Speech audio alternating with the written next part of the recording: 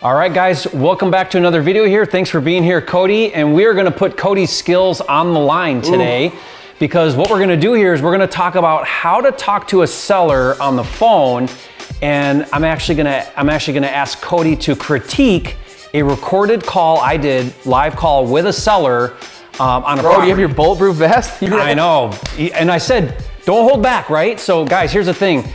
You know, I'm always trying to learn. I'm always trying to get better. One of the things that I've tried to do my best is never think I know it all, never think I know too much, and be willing to learn and grow and develop. So Cody is an expert in this field, and I want his opinion, I want his feedback. So we're actually gonna critique this live call coming up.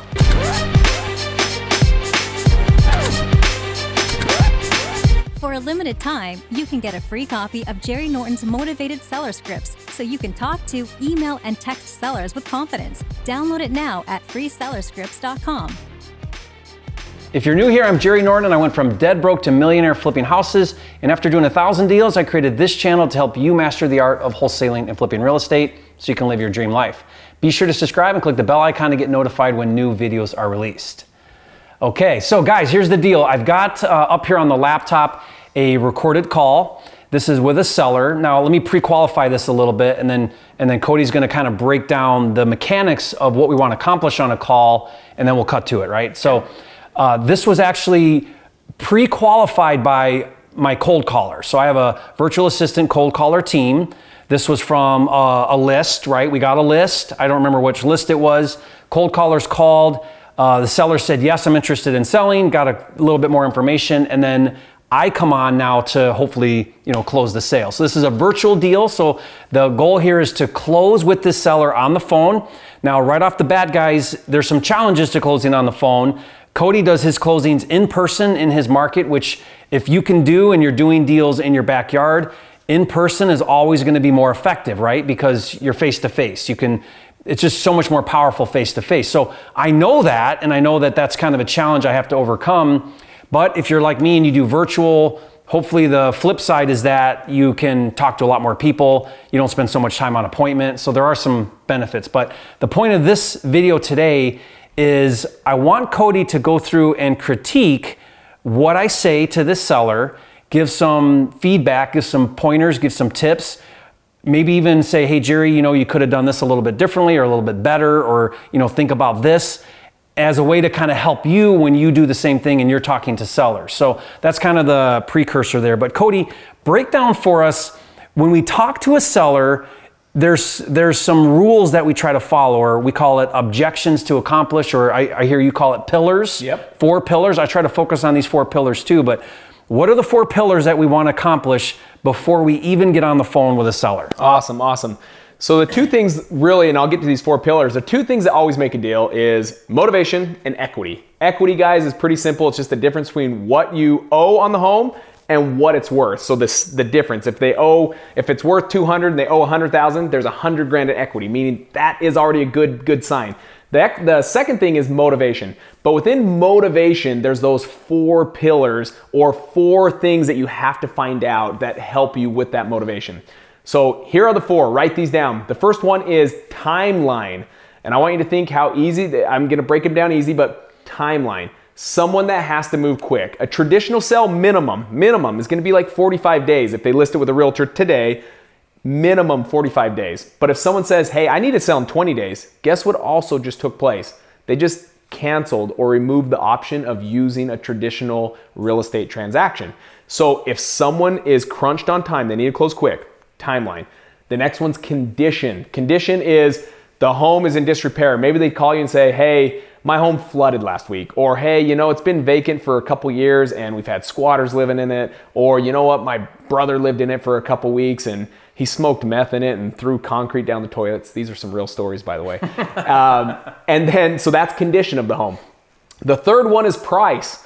Sometimes, not all the time, in fact, most times price is a deceiver, but it really can be a sign of motivation. Because if they tell you a price and you're looking at it, you're like, oh my gosh, I got to get over that. That's a deal. Like I've got to do something about it. But most times it is not. It's going to be a deceiver. Everyone wants highest and best. If Jerry became motivated tomorrow, he would still want highest and best for this home. until he met me in person and I was able to satisfy maybe other things that would make sense where he would sacrifice price. So guys, most times price is a deceiver, but it can be a sign of motivation. And then the fourth one is the driver. The driver can be, for example, we always get like a tax delinquent list. That means someone that's behind on taxes. That's a driver. They're like, man, I got to move out of this home because I owe 30 grand in taxes, back taxes, or behind on their mortgage, or they're going through divorce. We talk to plenty of people going through divorce where they have to split assets and they need to do it quick. So now you got timeline, plus you've got a driver of, I hate my husband or I hate my wife, right? So those are the 4 pillars of motivation, and that's what we're gonna find out if Jerry really broke down and was able to ask quality questions. And those are the questions you gotta be thinking about. When you're gonna be cold calling or talking to someone, you're not just doing it to be chum like buddy. Yes, that's part of it. You've gotta be someone that's building rapport, but you also have to be looking for timeline, condition, price, and for that driver. And if you can do that, you can start to find out whether you either go on the appointment or if you're doing it virtually, sending over that contract via DocuSign. Okay, good. So again, we're gonna cut to this call right now, but this is call 2. So call 1 was from the cold caller. So if you're doing direct cold calling, you might start this conversation a little bit differently. We already know that this seller wants to sell, right? So now I'm coming in, I've got a little bit of information, and I'm gonna try to get the deal done. So here we go. Yes. Hi, I'm calling about your house on Berwick. I believe you spoke to my team earlier today, is that right? Yes. Okay.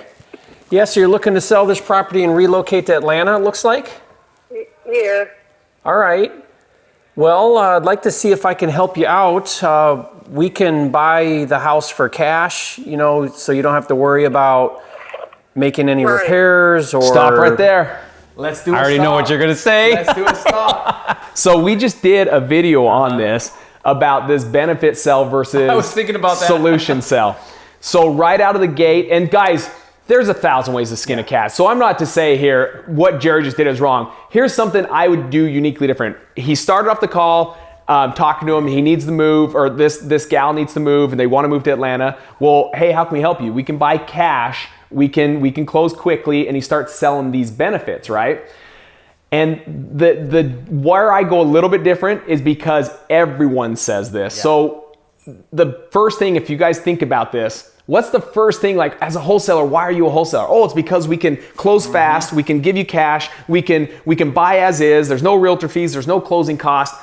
Everyone knows these bullet points, and that's what they sell. And so no one wants to be sold. Everyone's buyers, but no one wants to be sold. And so where I come in maybe a little bit different, Jerry, is instead of going to that, I probably be more about rapport versus even worried about here's what I can do for you, because people don't care about what you have to say until they know you care about them, right? Yeah. Zig Ziglar, this quote comes true. And so how do I get them to really just build rapport, trust me before I start talking about anything I can do for them, because they really won't care what I have to do with them because they've heard it from 10 people. Yeah, so I just jumped right into benefit without even really building much rapport. I'll close this in 10 minutes or I don't want it. I think I actually closed this one and it's 5 minutes, so I did not. And you got this deal. Yeah. In 5 minutes. Yeah. Well then see, that's why I say there's some context here that also says, hey, he probably did this right knowing what his cold caller had brought to him. Right. And she's like, hey, I'm ready to sign. Just have Jerry call That's me. True. There was a 30-minute call with the cold caller about all kinds of stuff. So, Yep. But still, she hasn't talked to me. I'm the buyer. So I should have probably done. I still love rapport. Yes. You can never go wrong with rapport. Okay.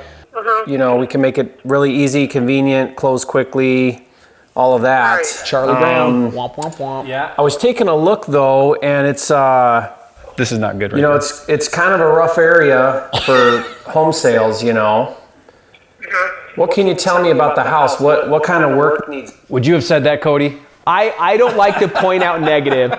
I want to be on their team versus setting up a pitch that... You live in a bad neighborhood. Yeah, this is a crapshoot. No, what I like to do is I like to be on the side where people know that I'm on their side and we're going to work through this. So I'll say, hey, tell me about this neighborhood. I don't know much about it. Can you help me understand a little bit more about this neighborhood? And let them reveal that it's a crapshoot or that, oh, dude, I don't even know why you're buying this home. It's actually in a bad neighborhood. I just like to mirror them. So like, yeah, I want to sell. I'll just mirror those last words. I'll say, so you want to sell? And I'll just sit there. And then they'll start saying, yeah, I want to sell because I want to do this. so you want to sell because you want to do that. And they're like, yeah, and they just keep going. So mirroring is huge right here. And I like to match their tone. So she seems like she's quiet and she's slower at speaking. And so I like to mirror people as well. So I'm going to be a little bit more quieter and I'm going to mirror their speed. And I'm going to be like, okay, so help me understand a little bit about this neighborhood. This is something I'm not familiar with this neighborhood, to be completely honest with you. Help me understand this a little bit. Got it. Good. Love it. Thank you. Let's see. What can you tell me about the house? What kind of work needs done on the house? No, like I was telling him, no work. Okay, so that's condition. I love this. That's a condition question. Yeah. Anything that needs to be done with the house? Can you tell me a little bit about it? No rapport building. I'm gonna just like jump right into close mode here. So again, like she hasn't even said 2 words, and I'm already like going through the pillars. So maybe some more rapport building. But that question, guys, is the condition question. No work needs done. Only thing really needs to be done is one of my glass lock windows is broken out. Just one of the little squares in the front right here, You're talking about a glass block window, I think. The house is perfectly fine. Don't need no repairs done. Perfectly fine. The house is perfectly fine. You may go into this. When someone says it's perfectly fine, no one's house is perfectly fine. In fact, even Jerry Norton's house is not perfectly fine. There are some flaws here that he would say, hey, at some point I'm going to get to this, or there's a piece of landscaping in the back that we haven't finished yet because it's in the corner and that's where my dog goes and does his business or whatever, right? But there's always some kind of flaw. So instead of asking it, I like to ask that. That's the great question. But if someone says, nah, there's just nothing needed, I'll say, perfect. Help me understand a little bit more about the house. When's the last time? It says it was built in 1985. Tell me when's the last time that the kitchen's been remodeled. How old is the roof? Yeah. How old is the furnace? And so you're asking it with questions versus saying, well, most people's homes in 1985 have a bad this. Now you're like throwing darts at them, right? Are you currently living in the house? Yeah, I live in the house. Yeah. Okay, so it's I live here. so it's livable. So that was a question. So sometimes you don't know if they're living in the home. So I asked that question. She said, yes, I'm living in the home. That makes a difference. If it's occupied versus vacant is a big difference. Phenomenal. That's a level of motivation. If it's vacant, the motivation level for me is like, ooh, this is a better lead. This is a better lead because it's vacant. Does it have wood floors or carpet? Okay, so in this market, this is significant, wood floors versus carpet. This is Metro Detroit. It's actually the city of Detroit. And values change significantly over wood floors versus carpet. So I'm trying to now qualify more on the condition. Love it. Love it. That's wood floors, but I got carpet on top of the wood floors. Okay, so if you pull up the carpet, there's wood floors underneath. It's wood floors. Yeah, wood floors. Yep. And I see it's a 3-bedroom, 1.5 bath. Is the half bath in the basement? Yes, a sink and a toilet down there. Okay. It was a stand-up shower, but we took the shower out. Okay. And the garage, what kind of shape is the garage in? The garage is in good shape. It's a 2-car garage. We also have like a upper level in the garage where you can store things up there, like a shelf. Uh-huh. Okay. Yeah. Great. Well, and so if we were able to work out a price and come to an agreement, how soon are you looking to move? Okay, what's that question? I do love this. So I can't go wrong with this because I love that you said, hey, if we're able to. That's the key word. I love if we're able to put something together to make this agreement. I love the choice of word. I love agreement over contract. Mm-hmm. You say this all the time, and I love that you say that. Agreement over contract, and if. Hey, I'm able to buy this. You don't want to be that. You want to be if we're able to do that. So I love what you did, and then you got the timeline. The timeline, yeah. The timeline when? Is quality. Yeah, when do you want to do something? Now remember, she's living living in the home. So when it's vacant, the timeline seems to be, whenever we can do it, right? Because it's vacant. Living in the home could present some things. Like I've had people say, well, when my daughter graduates high school, and how old's your daughter? She's 10. Okay. You know what I mean? Is she so already timeline. Junior or senior? Like I told him, soon. Like the sooner the better. Okay. So you could be out in like a couple weeks if we could close that soon? Yeah. Okay, so I just qualified again. I love a couple weeks. There's nothing I can say. Okay. There. Like I would always, you're fine, because I would have said, you went into it. I would have just said, okay, so what does that look like? Like soon. So what does soon look like? What is soon for you? And you did it. You nailed it. And I mean, what's the absolute lowest price that you want for the house that would make 20. it? Okay, so what's wrong with is there something wrong with that question or timing maybe? The way We're 2 minutes in. Yeah, I would probably be more about still stacking up and listening and trying to figure out more about all the pillars. So timeline, condition. I'm trying to figure out more before I even start talking price. And again, honestly, I don't even know. Honestly, though, I don't even know why she's moving yet. Right? I just know she wants to go to Atlanta. Right. But what's the driving factor behind that? That's what I like to find out because I agree. The more I find out, the more it works to your benefit, my benefit, so that when we do have an offer that is going to be down here, that you've already presented some options that, hey, if I'm able to close on this time frame, if I'm able to do it so that you said that right now it's in rough condition, has some broken windows. Now this person said it was in perfect condition, but there was a broken block or something. But if you didn't have to do any kind of repairs or fix up, if I'm able to do this, and then they start talking, you're like, so tell me, what does that look like for you? Is this something that, how much do you owe on the property? Like, is this something that works out? Like, you're trying to just figure out everything you can before we talk price, because if you can build this platter of, if I'm able to do this, if I'm able to do this, if I'm able to do this, if I'm able to do this, if I'm able to do this, then they start to see, man, originally I wanted $200,000 for this home, but I would much rather have this. And so for that reason, I'll sell it for $150. Yeah, now we already know her price because my pre-qualifier asks, what price would you like? Yeah. And that's so we have that that's down. a great, because that's a, but I still ask. That's a sign of motivation is price. So you have to ask price. Yeah. So here I ask, let me see here. So I ask her and she immediately has an answer. So she knows her answer. Price that you want for the house that would make it. 20.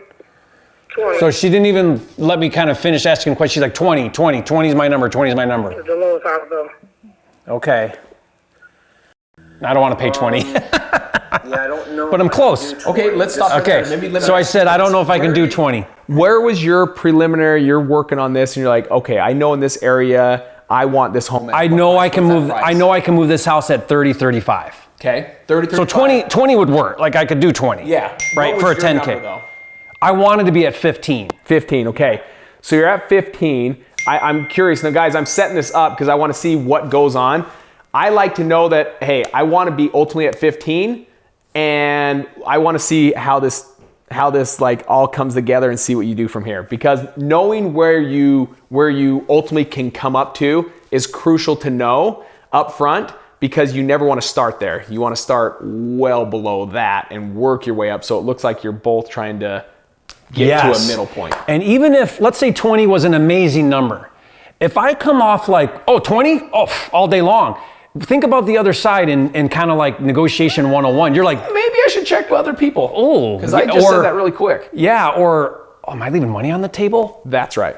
That's the concern. So even when you get an amazing number, I'll go, yeah, I'd like to make that number work.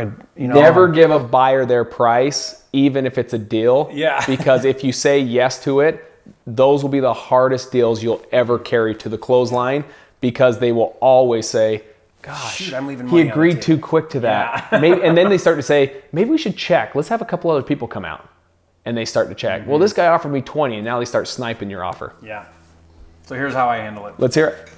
I mean, there's homes that are selling over there. I mean, they're not fixed up and livable, but sell for like $3,000 or $4,000. Okay, so let me give you context. So one of the tactics I like to do, and this works well with some sellers, not so well with other sellers, is I kind of like to support my number with data. Yeah. So what I'll do is I'll say, hey, here's some comps. 3/4 of the individuals, I personally don't know if it will work. And so that's why I think that's perfect what Jerry said. I don't use this on everyone, but there's some personalities, and that's true. The other ones, it's almost a justification. And so what it does is it starts to hinder and hurt actually your sales pitch, because they're like, why is this guy justifying it? Like, why is this guy telling me, well, it's going to cost this much, or it's going to do this, or the home around the corner sold for this? Like, why is this guy justifying all this? And sometimes when we justify things, people start to get that red flag, like, I don't know if I want to go with this guy. Like, he's talking too much. Sometimes when we talk too much, they're like, I don't care. Like, I just want X amount of dollars in my bank account. Hit the green button. I don't care. Yeah. So let's see if that was a good move on this one. No.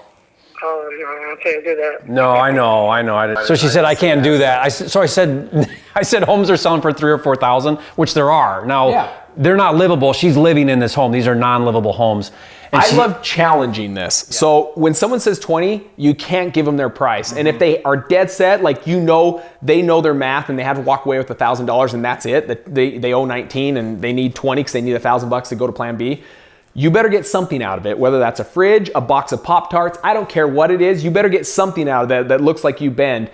But the way I would approach this is I'd say, I don't know if I could do 20,000. You're not saying a hard no. Yeah. So you're not shutting off any kind of negotiation. I don't know if I can do 20, but what if? This is what I call the offer without making an offer. But what if? That's why if they don't like it, it's not a hard offer. Like I can only offer 10. You just messed yourself on that one. So you just got to say, but what if? What if I was able to, it sounds like a little bit about it. You said you want to close as quick as you can. What if I was able to close as quick as possible, like in that 10-day period that you're talking about? What if I was able to do that, this, and be able to do that and do $10,000? What would that look like for you? And then just zip your mouth and just sit there. Yeah. So let's see how I come down, because I come down to a lower number.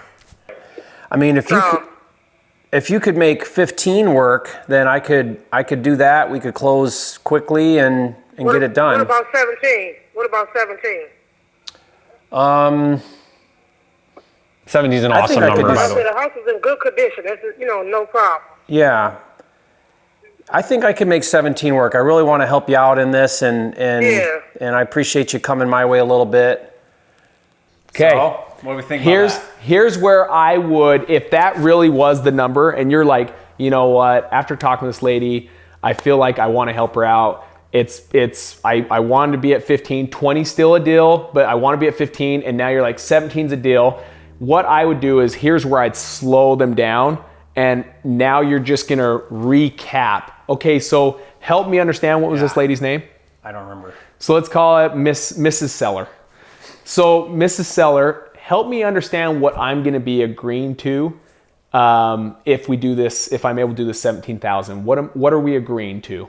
And then help her see if she remembers some of the stuff, and then be like, okay, now is this something that normally I would pay closing costs, both sides, by the way. I'd be like, so is this something, if I'm able to do 17, or I'd just say, so are you planning on paying the closing cost? I just asked that question. Are you planning on paying the closing costs? Closing costs is right around 2%. And they're gonna be like, yeah, that's fine, great. Take it out of your contract, right? Or they're gonna be like, ooh, I was hoping not. So, okay, let me just make sure. So I'm gonna cover those. Yep, yeah. So if I'm gonna be the one covering the closing cost, if I'm not gonna have any kind of realtor fees associated with that, and if I'm able to close in this time frame, and it's 17,000, and then I just ask one last time, Mrs. Seller, is this the best you can do with all these other things that I'm gonna have to do? Is this the best you can do? You're not saying no. You're not saying I'm not doing business with you. You're just saying, is this the best you can do? And if it is, great, but I'll still show you how to slow down. But she might say, well, I get that. Yeah, why don't we do 16,000? Guys, you just made another $1,000 by just asking one more simple question. She could be assuming right now that she pays closing costs. She just dropped 3,000, by the way. Yeah. She said 20. I can't go lower than that. She's at 17. Yeah. Now. Right. Okay. Yeah, I think we can make 17 work. Now, I will need to send my guy. So here's how it would work. I'll send over. Are you in front of a computer? No, not right now. When can you be in front of a computer? Because I'll send over an agreement that you can sign right on your computer. And then the way it'll work is I'll send my guy over to meet you and just do a quick walkthrough. Just make sure, there's no foundation issues or anything scary, right? Yeah, and that's fine, yeah. Yeah, and then we'll schedule a closing in a couple weeks, probably 2-3 weeks. And then at the closing, we'll fund the deal, and you'll walk out with the proceeds. Okay. And be done. You would be able to vacate though, and yeah, you could do the email for me. Yeah, I just need you to be either in front of a computer would be best. How soon could you be in front of a computer in like? I'll be in front of the computer in a few minutes. In like 10 minutes? Yep, in like 10 minutes. I'm not the caller. So if I call you back at this number, that would work? Yeah, that'll be fine, yes. Okay, so we'll call you back in 10 minutes. Can I Okay, get a let's pause couple right there. things from you? So a couple Don't things. call back in 10 minutes. I should have stayed on the phone. Yeah, but- right. Time kills all deals. You have them on the phone, and in 10 minutes, things can change. Yeah. Neighbor could come over and talk to them, and then you start painting this picture that isn't real, by the way. You could be, and they could have a legitimate reason, like, oh my gosh, my kid just cut their finger and I'm at the hospital and they're getting stitches. But they're not answering their phone, they're not receiving emails, they're not answering to your text because an emergency, let's say emergency actually did happen.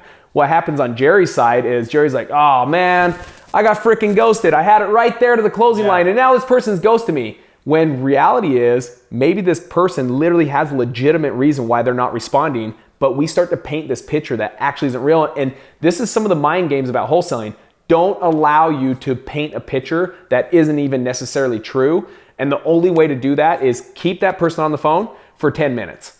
Talk about, who are you yelling at over there? They must be like a close family to be able to talk to them like that and just be laughing with them. Just say, just kidding. I do that with my kids all the time. In fact, number 4, get up here. Whatever, right? Like whatever it is, have fun with them and just sit there and talk for 10 minutes.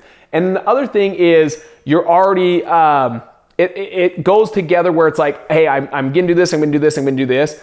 I would be more like, if I'm able to do this and if I'm able to put this agreement over to in a DocuSign, is that something we can do today so that you're getting an agreement before the agreement? You're getting them to commit that if I'm able to do this, because this is uncomfortable, my magic number, my warm and fuzzy was 15. And if I'm able to do that 17. So you're still saying this what if, so that she doesn't think that she has just the, man, I got this guy in the bag. It's like, if I'm able to do this, is this something we can do today if I can do that? And she's like, yes, I can do that today. Okay, perfect. When are you going to be in front of the computer? And he's already asking the right questions. Now the only difference is, and he already nailed it, is don't let her off the phone. Keep her on for the next 2, 3, 4, 5 minutes until she's right in front of the computer and send it over while she's in front of the computer and start going through the contract with her. Yep, perfect. In fact, it's going to take me 10 minutes to write it up anyway, so I could be writing it up with her on the phone. That's 100% right. Hey, while we're doing that, I'll write this up. Since you're living there, on the agreement, I'll use the address that you've got on there, and then I've got your email, yolandathomas87@yahoo. Yes. Is that right? Okay. And then 17, I'll put on the price. Let's see. I'll need to send someone over there to meet with you. Is that fine? Like in the next day or two? Yeah, that's fine. That's fine. Okay, yeah. You'll be home. Yep, I'll be here. All right. Everything else is pretty cut and dry. Yeah, pretty simple. All right. All right. Then you be in front of your computer in 10 minutes. We'll call you right back. Okay, thank you. Okay. Thanks. Bye. Okay. That's it. With all these tips and tricks, though, that I'm talking about, this is a perfect example that you cannot ruin a motivated seller. Oh, she was when someone's motivated, you could do everything wrong and you could still walk out like of the I contract. did. No, and you didn't. But I'm saying someone brand new that's never done this, that's watching this video right now, you could be like, oh man, I wouldn't even have done it like Jerry did. I would have been so imperfect. And I'm here to tell you, God bless you with your imperfection, because that was such a motivated sell that no one, I'm sincere about this, no one could have ruined that deal. It would have closed regardless. I'm convinced that the deal of a lifetime comes around, once a week or so, right? And the thing is guys, if you have conversations like this 100 times a month or whatever, you're gonna get deals. You're gonna have deals that you're just at the right place at the right time, you get a deal. Most of the time, what you say and how you say it and all these things we're talking about are gonna really help you to get that good deal, right? But ultimately, just get in front of enough people enough times and you're gonna do deals. That's 100% true. Imperfect. I wanna say, guys, action equals deals, but I want you to understand this. Imperfect action gets you deals. You don't have to be good, you just gotta be consistent. Just get out there and consistently get in front of sellers and talk to them. And you're gonna overcome your imperfections. You're gonna overcome your flaws. You're gonna say things the first time you go out there and you're gonna walk out and be like, why did I say that? I just botched that deal, right? But then you're gonna learn. Your mistakes are your best coaches. You're never gonna lose. You're either gonna win or you're gonna learn. And that's the best part about this game. Regardless, you're getting better. You're either getting better in your bank account or you're getting better as an individual, but you're never gonna lose unless you give up. So guys, if you thought Cody was an amazing armchair quarterback, what do they call that, right? The Monday morning after the Sunday game quarterback, Leave a comment, say, Cody, you're a flipping genius. But honestly, guys, if you found value in this video, or better yet, leave a comment, tell us your big takeaways. What were some things that you learned that you're gonna do what Cody said and apply right now today? If there's one thing you learned from this video that you can go do now when you're on the phones that's beneficial, do that thing and you'll have learned something from this, right? If you haven't yet, be sure to subscribe. This is the #1 channel on YouTube for all things wholesaling and flipping, and we'll see you on the next video.